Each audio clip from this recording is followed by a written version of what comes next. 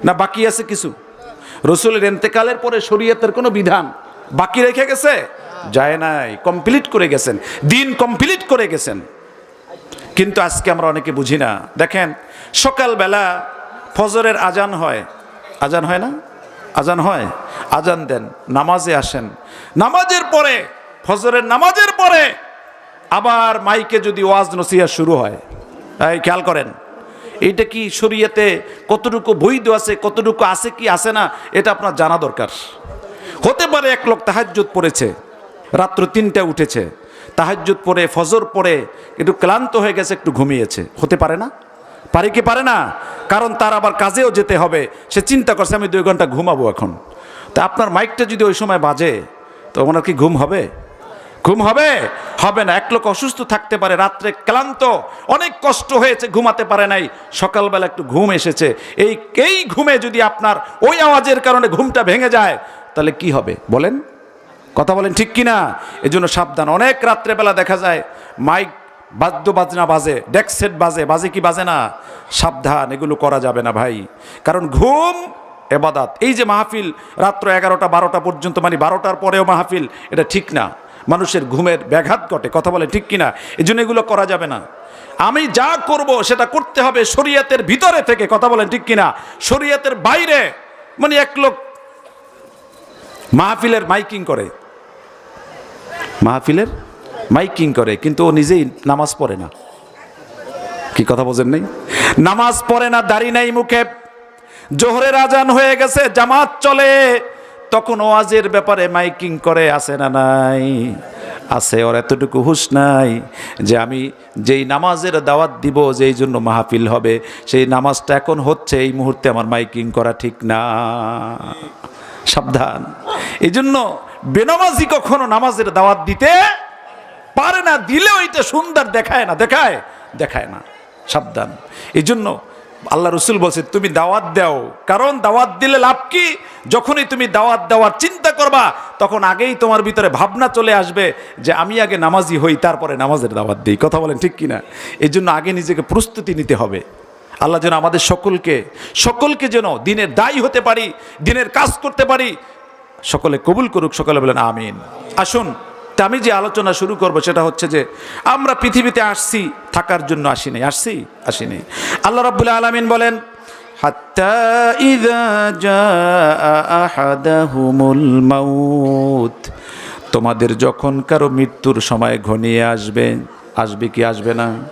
মৃত্যুর সময় যখন ঘনিয়ে আসবে, এই সময় মালাকুল মাউতকে যখন দেখতে পাবে, ঠিক ওই ব্যক্তি দেখবে, আজরাইলকে দেখতে পাবে, নিজেই দেখতে পাবে, আর কেউ দেখবে না, কিন্তু ওই ব্যক্তি স্বচক্ষে দেখতে পাবে যে মালাকুল মাউত আসছে।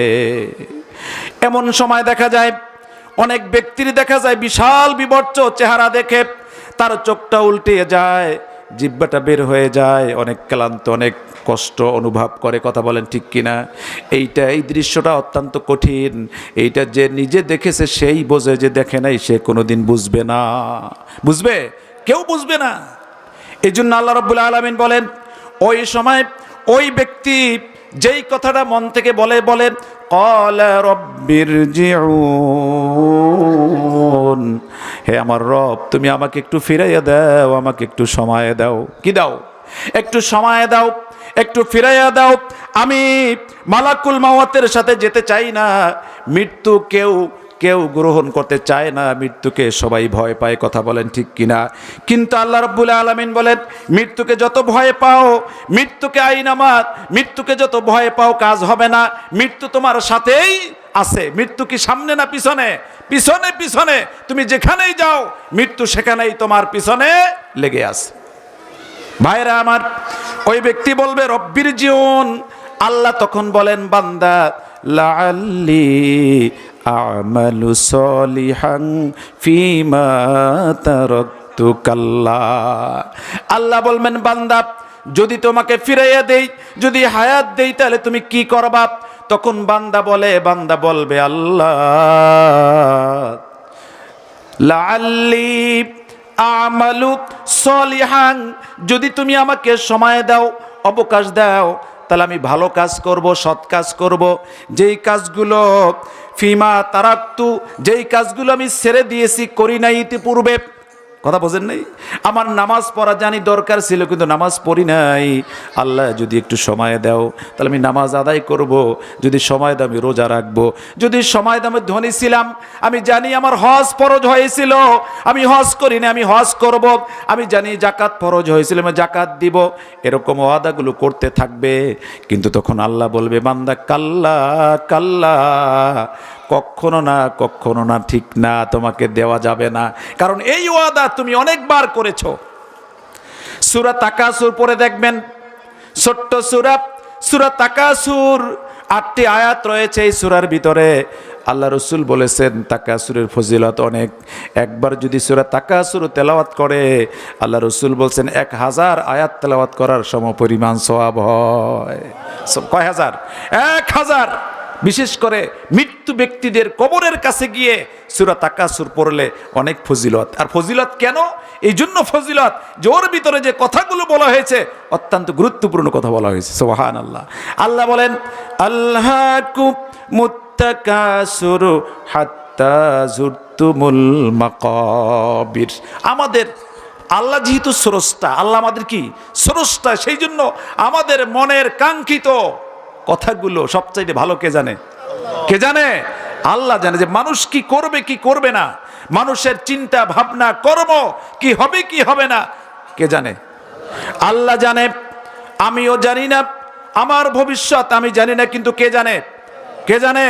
আল্লাহ জানে। আপনার কর্ম আগামী দিন কি হবে আপনি কি জানেন? জানেন না, কিন্তু কে জানে? আল্লাহ জানে। এই জন্য আল্লাহ কোরআনটাকে এমনভাবে সাজিয়েছেন যে পৃথিবী কিয়ামত পর্যন্ত পৃথিবীর মানুষের কর্মপন্থা কি হবে, মানুষ কি ভাববে, মানুষের চিন্তায় চেতনায় মস্তিষ্কে কি হবে, সব আল্লাহ কোরআনে বলে দিয়েছেন। সুবহানাল্লাহ। এর জন্য বারবার সাবধান করেছেন, একটু জিকির করেন লা ইলাহা ইল্লাল্লাহ। বলছিলাম আগে, একটু আগাই বসেন, তো জিকির করেন লা ইলাহা ইল্লাল্লাহ, লা ইলাহা ইল্লাল্লাহ, লা ইলাহা ইল্লাল্লাহ, মুহাম্মাদুর রাসূলুল্লাহ।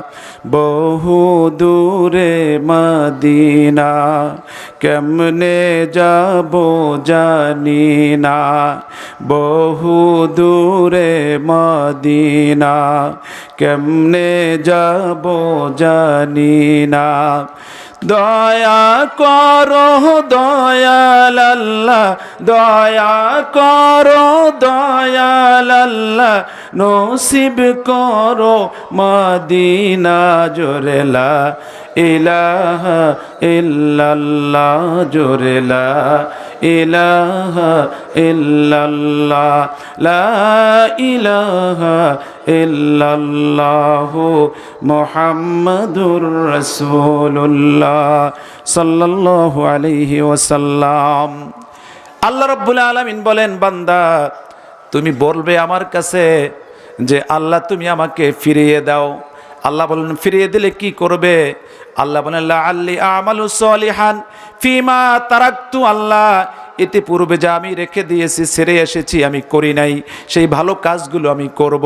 আল্লাহ বলেন, কাল্লা, কখনো না। কারণ আপনি কি করবেন কি করবেন না কে জানে? কে জানে? আল্লাহ জানে।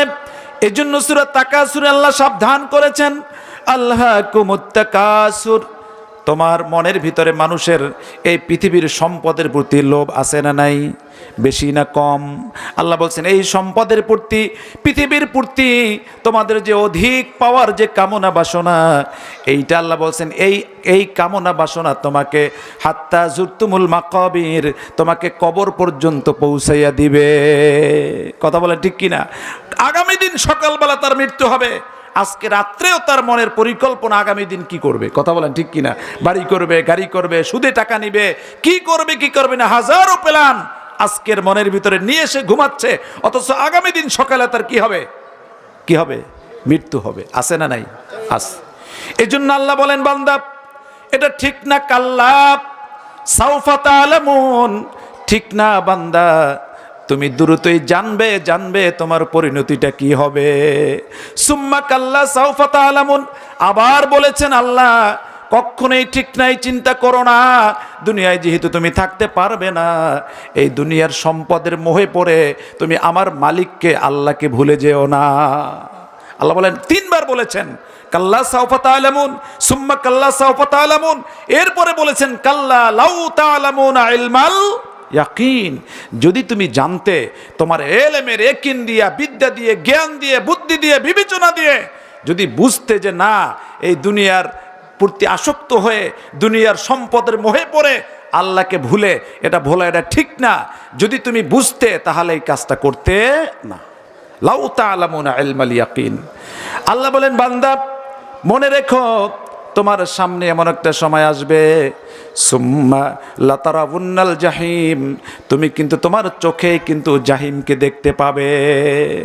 কি বলেন, একটা সময় আসবে না যে কিয়ামত আপনার সামনে, কিয়ামতের সেই কঠিন মুসিবতে জাহান্নাম আপনার যখন শো শো করে, জাহান্নামের গর্জন আপনি শুনতে পাবেন, তখন তো দেখতেই পাবেন যে হ্যাঁ ঠিক, আজকে তো দুনিয়া যা শুনেছিলাম তাই তো হয়ে গেল। কথা বলেন ঠিক কিনা?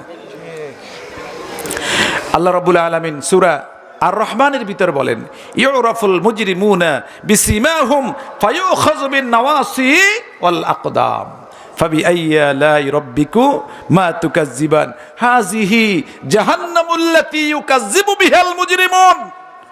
আল্লাহ সেদিন বলবে, এই সেই জাহান্নাম, যে জাহান্নামকে তোমরা দুনিয়ায় বসে কি করতে, মিথ্যা মনে করতে। কি মনে করতে? মিথ্যা মনে করতে, যে না জাহান্নাম বলতে কিছু নাই। কিন্তু আল্লাহ বলেন, বান্দা ইউরাফুল মুজরিমুন, আমি কিয়ামতের ময়দানে যারা পাপিষ্ট পাপী, এই পাপের অনুপাতে আমি কিয়ামতের ময়দানে তাদেরকে পরিচয় করিয়ে দিব। মানুষের চরিত্র খাসলাত সবার কি একরকম? একরকম না। এ তাফসিরে আসছে যে কিয়ামতের ময়দানে কিছু মানুষের চেহারা কুকুরের মতো হবে। কিসের মতো হবে? কুকুরের মতো হবে। কিছু মানুষের চেহারা বাঘের মতো হবে, কিছু মানুষ চেহারা সাপের মতো হবে, কিছু মানুষের চেহারা ইঁদুরের মতো হবে। মানে ওই সমস্ত প্রাণীর যে খাসলাত, যে আচরণ, ওইটা যে মানুষের ভিতরে ছিল। কিন্তু আল্লাহ বলেন, আমি তো তোমাকে দুনিয়ায় মানুষ হিসেবে পাঠিয়েছিলাম, কিন্তু তোমার আচরণ ছিল এইরকম। পৃথিবীর মানুষ তখন বোঝে নাই। আজকে লক্ষ কোটি মানুষের সামনে তোমার আসল চেহারাটা আমি স্পষ্ট করে দিব। বলে নাউজুবিল্লাহ। এই জন্য ভাইরা আমার, আল্লাহ যেহেতু মানুষ হিসেবে পাঠিয়েছে, আমরা যেন মানুষ হয়ে বাঁচতে পারি। কথা বলেন ঠিক কিনা? কোরআনের যত কথা, যত উপদেশ, মনে রাখবেন পৃথিবীতে একটাই প্রাণী, সেটা হলো মানুষকে আবার মানুষ হতে হয়। অন্য কোনো প্রাণীকে, গরুকে গরু হতে হয় না, কিন্তু মানুষকে মানুষ হতে হয়। কথা বলেন ঠিক কিনা? আচরণ দিয়ে মানুষ এমন আচরণ করে, যেই মানুষ তার আচরণ দিয়ে ফেরেশতার চাইতে মর্যাদাশালী হয়, আবার এই মানুষ তার আচরণ দিয়ে হিংস্র জীব জানোয়ার চাইতে নিকৃষ্ট হয়। কথা বলেন ঠিক কিনা? আমরা কি হব ভাই? আমরা ফেরেশতার মতো হতে চাই না? কি বলেন, চাই কি চাই না? আমরা চাই। আল্লাহ যেন আমাদের মর্যাদাকে ফেরেশতার মতো বানিয়ে দেয়। সকলে বলেন আমিন। এই জন্য যে ফেরেশতা হলো মাসুম, বেগুনা, আমাদের ভিতরে যেই সমস্ত রিপু আছে ফেরেশতার ভিতরে এইগুলো নাই। এইগুলো থাকার পরেও আপনি জঙ্গলে গিয়ে আল্লাহর ইবাদত বন্দেগী করে আল্লাহর সন্তুষ্ট অর্জন করবেন, আল্লাহ এটাকে বেশি পছন্দ করে না। যেখানে গুনাহ হওয়ার ভয় আছে, অন্যায় করার সুযোগ আছে, এই সুযোগ থাকার পরেও আপনি না করতে পারলে এটাই আপনার পরীক্ষায় পাস। কথা বলেন ঠিক কিনা? ছাত্র জীবনে একটা কথা ছিল যে ছাত্র জীবনের সবচাইতে বড় ভয়ের কারণ ছিল পরীক্ষা। পরীক্ষাই যদি না থাকতো তাহলে ছাত্র জীবনের চাইতে সুখের কোনো জীবন হতো না। কথা বলেন ঠিক কিনা? পরীক্ষাটা একটা ভয়ের কারণ। আর পরীক্ষা এই জন্য যে তোমাকে যেখানে আসো সেখান থেকে তোমার সামনে অগ্রসর হতে হলে, তোমার ইমপ্রুভ হতে হলে তোমাকে পরীক্ষার মাধ্যমেই হতে হবে। এই জন্য বান্দা ভাইয়েরা আমার, আল্লাহ কিন্তু আপনাকে আমাকে পরীক্ষায় ফেলে দিয়েছেন। আমরা ছিলাম কোথায়? জান্নাতে। কোথায় ছিলাম? জান্নাতে। আসছি কোথায়? এই দুনিয়ায়। এই দুনিয়াটা কিসের জায়গা? পরীক্ষার জায়গা। কিসের জায়গা? এটা বাবা পরীক্ষার জায়গা। এখানে পরীক্ষা হচ্ছে, প্রত্যেকটা মুহূর্তে পরীক্ষার ভিতরে আপনি আমি আছি। ইন্নামা আমওয়ালুকুম ওয়া আওলাদুকুম ফিতনা। আল্লাহ বলেন, বান্দা তোমাকে আমি সম্পদ দিয়া পরীক্ষা নেই, এবার সন্তান দিয়েও পরীক্ষা নেই। এগুলো সব পরীক্ষার বস্তু। সম্পদ, সন্তান, সম্মান, ইজ্জত সব পরীক্ষার বস্তু। আল্লাহ কাউকে দিয়ে পরীক্ষা করে, কারো কাছ থেকে নিয়ে পরীক্ষা করে। কথা বলেন ঠিক কিনা? এই জন্য আল্লাহ রাব্বুল আলামিন যখন যে অবস্থায় রাখে শুকরিয়া আদায় করতে হবে কার? শুকরিয়া আদায় করতে হবে কার? আল্লাহর। ভাইরা আমার, এই জন্য আল্লাহ রাব্বুল আলামিন বলেন তুমি কি করবে? বান্দা তখন বলবে আল্লাহ যদি আমাকে সময় দাও তাহলে অবশ্যই আমি যেই কাজগুলো করি নাই সেই কাজগুলো আমি করব, সেইগুলো আমি করব। আল্লাহ বলেন না ইন্নাহা কালিমাতুন হুয়া কাইলুহা, নিশ্চয়ই তোমার এই কথা এটা কথার একটি কথা, তার মানে এরকম ওয়াদা তোমার বারবার গিয়েছে। আল্লাহ বলেন ফালানুজিব কন্নাহুম মিনাল আযাবিল আদনা দুনাল আযাবিল আকবারি লাআল্লাহুম ইয়ারজিউন।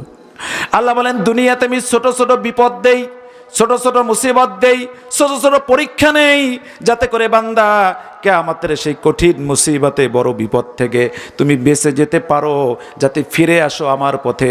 এই জন্য দুনিয়ায় মাঝে মাঝে তোমাকে একটু অসুস্থতা দেই, একটু রোগ দেই, জ্বর দেই, কাশি দেই। কথা বলেন ঠিক কিনা? একটু বালা মুসিবত দেই, একটু ঝাঁকি দিয়ে দেখি বান্দা তুমি ঠিক থাকতে পারো কিনা, তুমি কি অধৈর্য হয়ে যাও না, ধৈর্য ধারণ করো। এই জন্য বিপদ যতই আসুক আমরা ধৈর্যশীল হব। কথা বলেন ঠিক কিনা?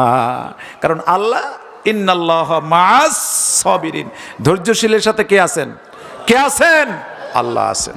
আচ্ছা ভাই, আপনার বিপদ আসছে, আপনি অধৈর্য হয়ে কোনো লাভ হবে বলেন? কিছু করতে পারবো? পারবো না। সন্তান মারা গেছে, যাইতেই পারে। কথা বলেন ঠিক কিনা? সন্তান বিপদ হয়েছে, হতেই পারে। এই জন্য যখন যে অবস্থায় আল্লাহ রাখে আল্লাহ তাকেই পছন্দ করে।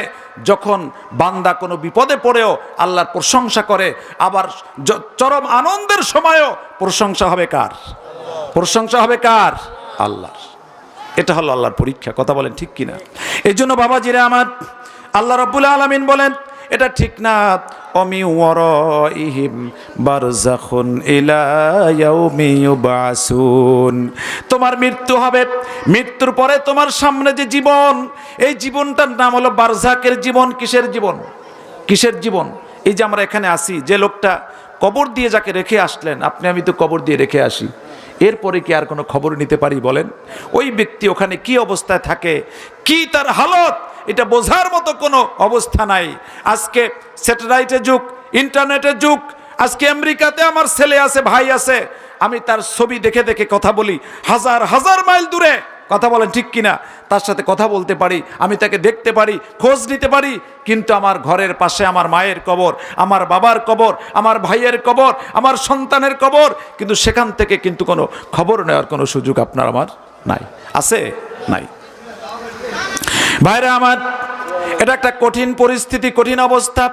এই জন্য আল্লাহ বলেন ও বান্দা তোমার সামনে যে জগৎটা আছে, এই জগৎটার নাম হলো বারযাকের জীবন। কবরে যখন যাবেন, কবরের প্রশ্ন হবে কয়টা?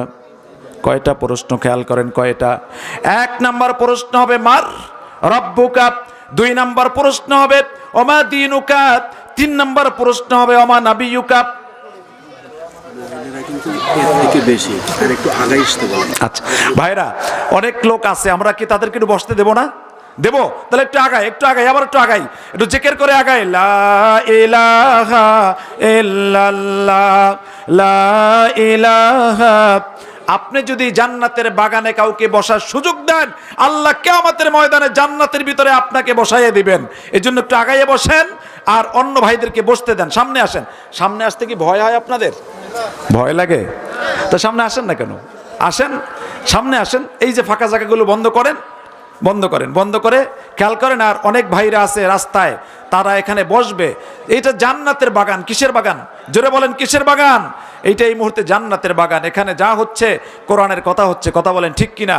এর জন্য বাবাজিরা আমার, এই মাহফিলে গেলে সবচেয়ে বড় লাভ হচ্ছে যে আপনি যে সুবহানাল্লাহ, আলহামদুলিল্লাহ, লা ইলাহা মাঝে মাঝে বলেন না, এতে কি লাভ না লস? একবার সুবহানাল্লাহ বলার মানে কি জানেন? সুবহানাল্লাহ, এখানে 8টা বা 10টা অক্ষর আছে। সুবহানাল্লাহ, যদি 8টা অক্ষর লাগে, 8টা লেটার লাগে, 8টা হরফ লাগে, তাহলে এক একটা হরফ পড়লে কয়টা নাকি? 10টা নাকি? মান ক্বারাআল কুরআনা হারফাম মিন কিতাবিল্লাহি ফালাহু হাসানা ওয়াল হাসানাতু বিআশরি আমসালিহা। নবীজি বলেছেন কোরআনের একটি হরফ পড়লে তাকে একটা নেকি দেওয়া হয়, একটা নেকি একটা না, একটা নেকির পরিমাণ হলো 10 গুণ। সুবহানাল্লাহ। কয় গুণ? 10 গুণ। দেখেন রাসূল বলছেন, খেয়াল করেন ইসলাম কত চমৎকার।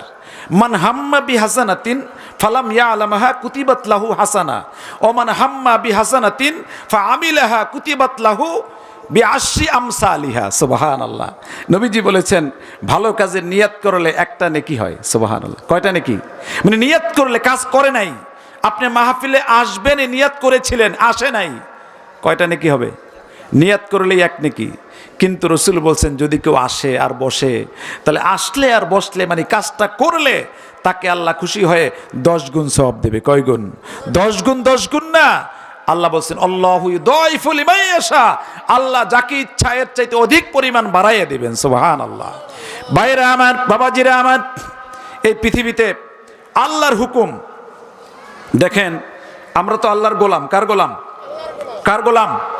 আল্লাহর গোলাম, না অন্য কারো গোলামি হবে? কার? নামাজে বলি না ইয়াকা নাবুদু ওয়া ইয়াকা নাস্তাইন, ইয়াকা নাবুদু ওয়া ইয়াকা নাস্তাইন। আল্লাহ তোমারই গোলাম, তোমারই গোলামি করি, আর সাহায্য তোমার কাছে চাই। সাহায্য কার কাছে চাই? আল্লাহর কাছে চাই। সুবহানাল্লাহ। আল্লাহ বলেন বান্দা তোমার যা প্রয়োজন তুমি আমার কাছে চাও, উদউনি আস্তাজিব লাকুম। বান্দা তোমার যা প্রয়োজন আমার কাছে বলো, আমাকে ডাকো, আমি ডাকলেই তোমার ডাকে আমি সাড়া দেই। সুবহানাল্লাহ। তোমার ডাকে আমি সাড়া দিই, যখনই ডাকো তখনই তোমার ডাকে সাড়া দিই। ভাইরা খেয়াল করেন আল্লাহ কিভাবে মানুষকে বাঁচাইয়া রাখে, খেয়াল করেন। আল্লাহর প্রিয় এক বান্দা আল্লাহর ওলি মানুষ, আপনি খেয়াল করেন বজর অনেক বড় আলেম ছিলেন, জুন্নুন মিসরি রহমাতুল্লাহ আলাইহি, অনেক বড় আলেম ছিলেন, সাধক ছিলেন। আল্লাহর প্রিয় বান্দা হওয়ার জন্য অনেক কষ্ট করতে হয়, এমনি এমনি হওয়া যায় না, যায় না, অনেক ত্যাগ কোরবানি করতে হয়। আমাদের মিল্লাতের পিতা শিখিয়েছেন, মুসলমানদের শপথ হবে ইন্না সলাতি অনুসুকি অমাহিয়ায়া অমামাতি লিল্লাহি রব্বিল আলামিন। আমার সালাত কার জন্য হবে? আমার কোরবানি কার জন্য? আল্লাহর জন্য হবে। আমি বেঁচে আছি কার জন্য? আল্লাহর জন্য হবে। আর আমার মৃত্যু যদি হয় আল্লাহর জন্য। আল্লাহ বলেন সব লিল্লাহি রব্বিল আলামিন। আমার নামাজ, আমার কোরবানি, আমার মৃত্যু, আমার বেঁচে থাকা সব হবে কার জন্য? আল্লাহর জন্য। আবার রাসূল বলেছেন যদি তুমি 4টা কাজ করতে পারো তাহলে ঈমানের দিক থেকে পরিপূর্ণ হবে। কয়টা? 4টা। এক নম্বর হচ্ছে মান হাব্বা লিল্লাহ ওয়া মান আবগাদা লিল্লাহ ওয়া আতা লিল্লাহ ওয়া মানা লিল্লাহ ফাকাদ ইসতাকমালাল ঈমান। সুবহানাল্লাহ বলেন। রাসূল বলেন যদি তুমি কাউকে ভালোবাসো, কার জন্য ভালোবাসবো? কার জন্য? আল্লাহর জন্য। যদি কারো সঙ্গে শত্রুতা হয় কার জন্য হবে? কার জন্য হবে? আল্লাহর জন্য হবে। কিন্তু বলেন আল্লাহর জন্য শত্রুতা বেশি হয় না দুনিয়ার বিভিন্ন সম্পদ, অর্থ, টাকা এই সমস্ত নিয়ে শত্রুতা হয়? কিসের জন্য হয়? এই সমস্ত জিনিস নিয়ে শত্রুতা হয় না। রাসূল বলছেন না, এটা ঠিক না। তুমি কেন শত্রুতা করবে? খেয়াল করেন আমার নবীজি বলেছে ইসলামের কত চমৎকার কথা।